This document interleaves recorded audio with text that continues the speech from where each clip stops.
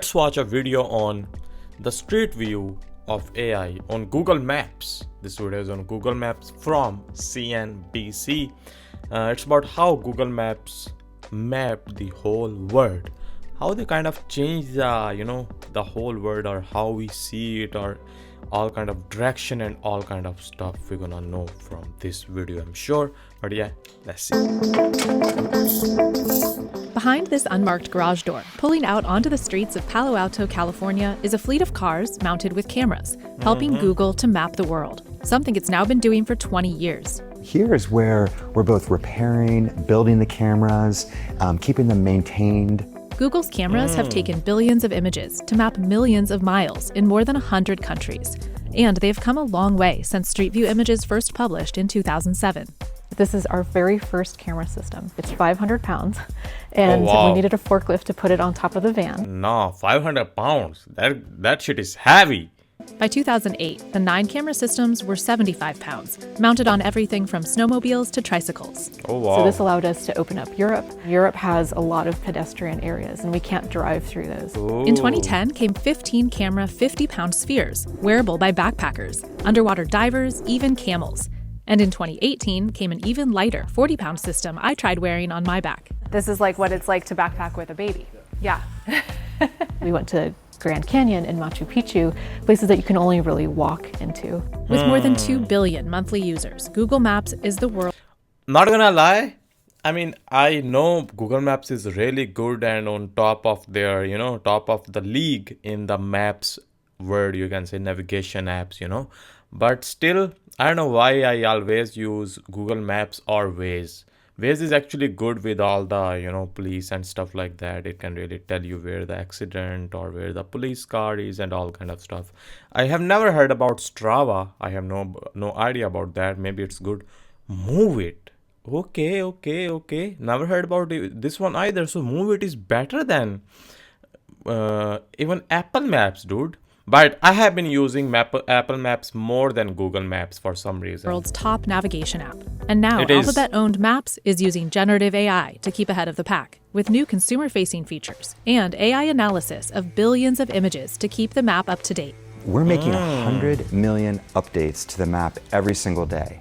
It's phenomenal. We went to Silicon Valley for a ride-along with Google's mapping fleet and a first-ever on-camera look at the Street View Service Center, where we sat down with the head of Maps to talk traffic, data privacy, and all the changes coming thanks to generative AI. Cool, dude. Google killing it.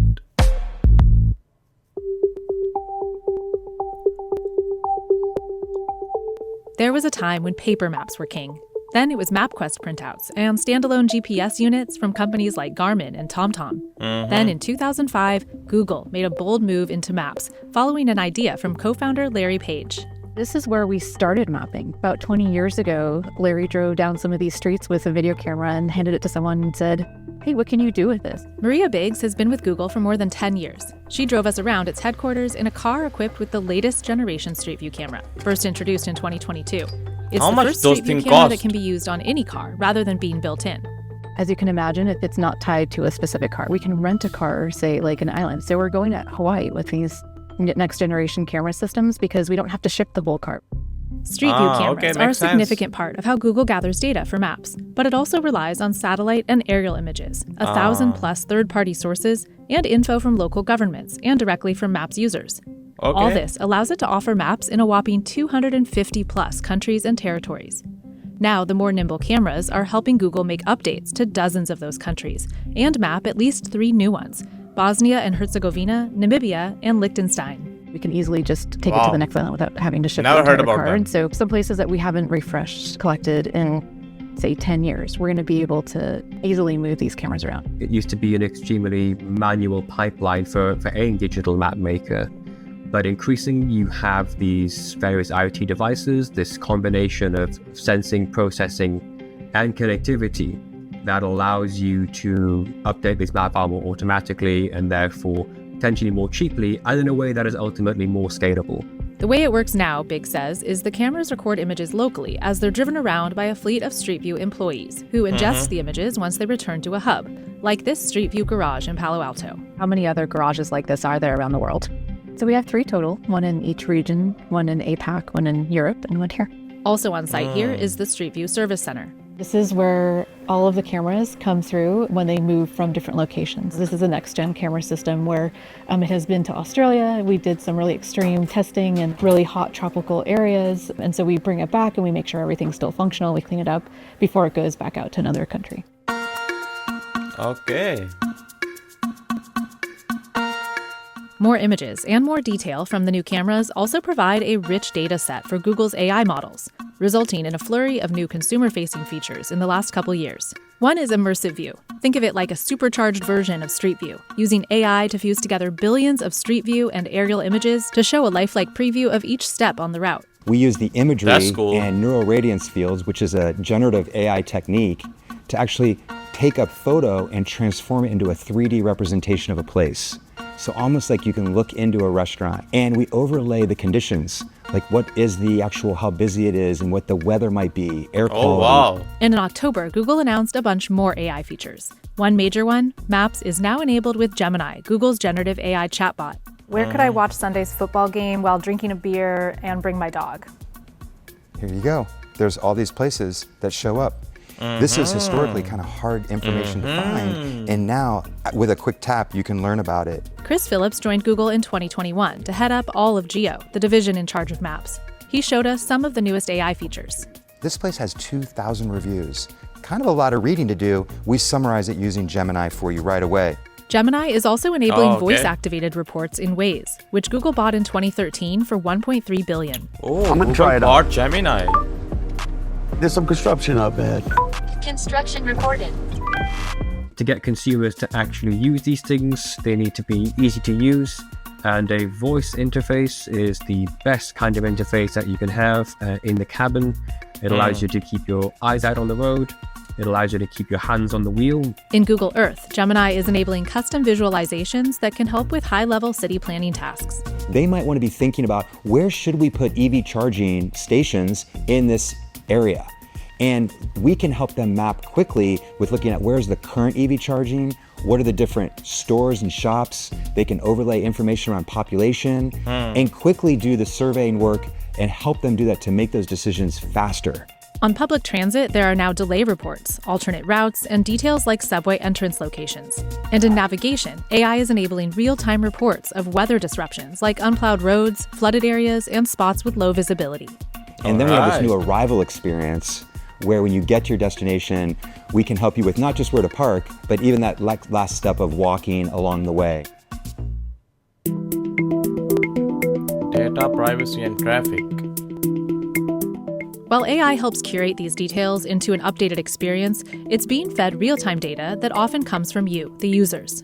We have over 500 million people who are contributing updates to the map every day. That's things like reviews or keeping the hours up to date, and even like what to expect as far as issues on the road on the way there. But users also provide data to Google Maps passively, too. Traffic delays, for instance, are predicted in part using live information like speed and drive time from the millions of drivers who use Maps each day. I mean, so many So people what was it use like it, on and this so many roadway people are then, on this day of the week at this time of day? What is Using that it, and historical every day pattern? they And we live. use anonymized data, so it's not linked to any individual user. So we aggregate that information to know the historical trend. Data ownership and data privacy have always been, one of the major perception barriers that Google has had to overcome. Over the years, Google has put in safeguards to help. We built technology to blur faces Right. and even blur things like license plates. Location history is valuable data for Google, but users can now turn off location history or delete places they've been. And some, like abortion clinics or domestic violence shelters, are auto-deleted. And in a privacy-conscious move in December, Google started keeping location history on device instead of in the cloud tied to users' Google accounts, making it tougher for authorities to access location history. And users can request blurring an area on Street View, say to prevent thieves from analyzing their property. But there is an upside to all this data too. It gives Google a lot of power to warn drivers of hazards. Especially when Right. you have conditions happening like a flooded Floods, road, and yeah. we can surface it for other drivers in almost real time. It really does make a difference in helping avoid what could be other problems happening on the road. Google Maps gets updated with data from Waze, where reporting is core to the experience for loyal users. Built into just the DNA of Waze is this idea of two-way interaction and what has been a very virtuous cycle for Waze and therefore indirectly for Google. You're continually adding updates on what you see happening on the road, and we'll give you some more provocative maneuvers along the way when you're deciding, beating the traffic and getting around. But alternate routes have also worsened traffic in some Waze app. neighborhoods, where small roads can be ill-equipped to handle many cars. We use public roads that are available for driving, and we work constantly with the local authorities, the different agencies that are responsible for transportation, and they help us with what are the rules for the specific roads, and we follow those. The use of these navigation apps, whether embedded or on smartphone devices, is almost universal. And so we are approaching a point where there needs to be kind of a more broader, almost fleet level view, considering how can we use these services to optimize traffic flow from a social point of view, rather than just different individuals trying to gain an advantage over each other. And there's a risk tied to how reliant users have become on Google Maps when it can't get everything right. In one extreme example, a man died when he drove off a collapsed bridge in North Carolina in 2022. His family sued Google, alleging Maps suggested the route despite being warned of the collapse 2 years prior. International destinations pose their own challenges. In Jakarta, for example, ride-hailing app Grab is making its own map of the Indonesian capital's complex streets after its delivery drivers complained that Google Maps often got it wrong. We set the challenge of mapping everywhere rather than just in the major markets where things are most commercially viable. That is a real challenge for any map maker. But now, with AI and nimble new cameras, that could change. Because we won't have to rely on these big rigs and all this equipment. We can have a smaller unit that can get to more places. But already, in major markets, Google Maps dominates by staying up to date with accurate road details, something that was notoriously lacking when the top competitor, Apple Maps, launched in 2012. Feels like a half-baked product, the data isn't great, and it's not the quality and the experience you would expect from an Apple product. CEO Tim Cook officially issuing an apology for the Maps app. Cook saying, quote, "With the launch of our new Maps last week, we fell short on our commitment to our customers." Today, Apple Maps has come a long way, with some estimates putting it around 500 million monthly users, although it's far behind the 2 billion monthly users Google Maps has acquired since 2005, when its deep data set made it unique among maps. And what made it so revolutionary was the search capability, combined with the completeness of that location database and it being an exploration tool and a solution to find something that you didn't even necessarily know where it might be or the address for it. But how much Google spends on Maps and how much money Maps makes is unclear. Google's parent company Alphabet doesn't break out Maps in its earnings reports, rather clumping it with other major services like Search and YouTube. One of the only estimates comes from a 2019 Morgan Stanley report, forecasting Maps would go from $2.95 billion in revenue in 2019 to $11 billion in 2023. That's a big chunk of the $18.3 billion in total estimated revenue of the whole navigation app sector in 2023. How it makes money largely boils down to one word: advertising. Do certain results float up higher if they are advertisers with Google? So we're always focused on giving people the result when they're searching for a restaurant or a place that most accurately fits what they're searching for. So we're always going to narrow it down into what you're looking for. And merchants have the opportunity to actually pay for advertising in order for their place to show up in that list. So that's how they're going to make money. To the consumer that they're being advertised to. It could be giving priority to certain search results. It can also be something as simple as showing logos and branding in little POI pin drop visualizations. Another moneymaker for Maps, selling a software interface with detailed data to solar companies looking for new customers. Think highly accurate rooftop images, measurements, elevation, and shading for 480 million plus buildings across 40 countries. Google also sells access to its Maps platform to developers from the likes of Wayfair and Domino's, who've built more than 10 million sites and apps for things like food delivery, ride sharing, and real estate. One example, in 2019, Uber said it paid Google $58 million for its mapping technology over the previous 3 years. And Google's Android automotive operating system, with Maps, of course, powers the infotainment systems in many cars by makers like Polestar, Volvo, Honda, GM, and Ford. speed limit changes, number of lane changes, road geometry changes. We all know how frustrating it can be when that gets out of date in our cars. And so automakers want the absolute best there. And as robotaxis and self-driving go mainstream, accurate mapping is crucial, and naturally a business opportunity for Google too. Alphabet has Waymo, who are slowly but surely becoming very successful in the robotaxi space, expanding their geographic footprint. And very famously, they use digital maps as a key part of their technology workflow there. Waymo dominated the US robotaxi market in 2024, and passengers in Phoenix can hail one of the fully autonomous cars directly from the Google Maps app. As for what's next, AI and self-driving cars themselves could, eventually, be a better alternative to the user reports that help keep Waze popular and Google Maps accurate. I think an ambition for Waymo, and something that we see from almost every other autonomous vehicle platform provider, is to try to close that loop and to use the same vehicles that benefit from the map to also contribute to the creation of that map. It could also just be a lot more reliable and exhaustive because you're not relying on a human being to notice something. Is there any future where the Google mapping is happening on self-driven cars without a driver? I mean, that would be a great thing to do, right? Because then they're collecting a lot of places where people are going. And so that would be great, but there's not yet. No plans made. Got it. This really shows how big Google is and how big changes and how much impact have Google Maps have made, especially the Maps app. You can say any kind of Maps app have made.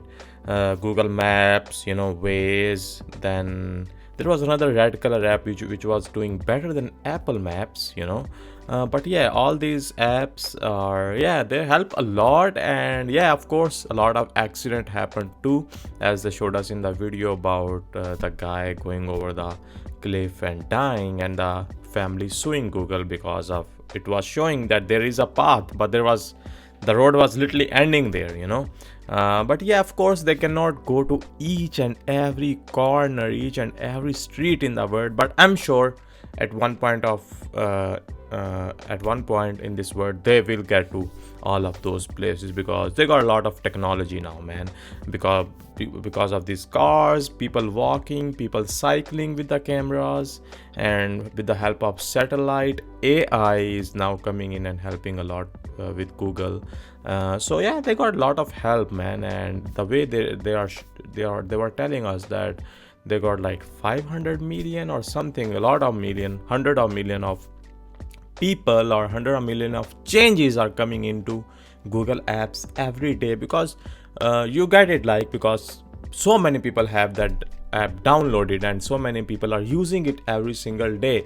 And when they go to restaurants, other places, so they updated, this restaurant was not this good, this was really good, the location was kind of wrong, and all. So they kind of keep it updated for the new users or the other people. But overall, very nice video, and I like how good Google Maps is doing. And I don't know, I might also start using Google Maps too, but for now I will stick to Apple Maps, which is alright, but not as good as Google Maps, you can say.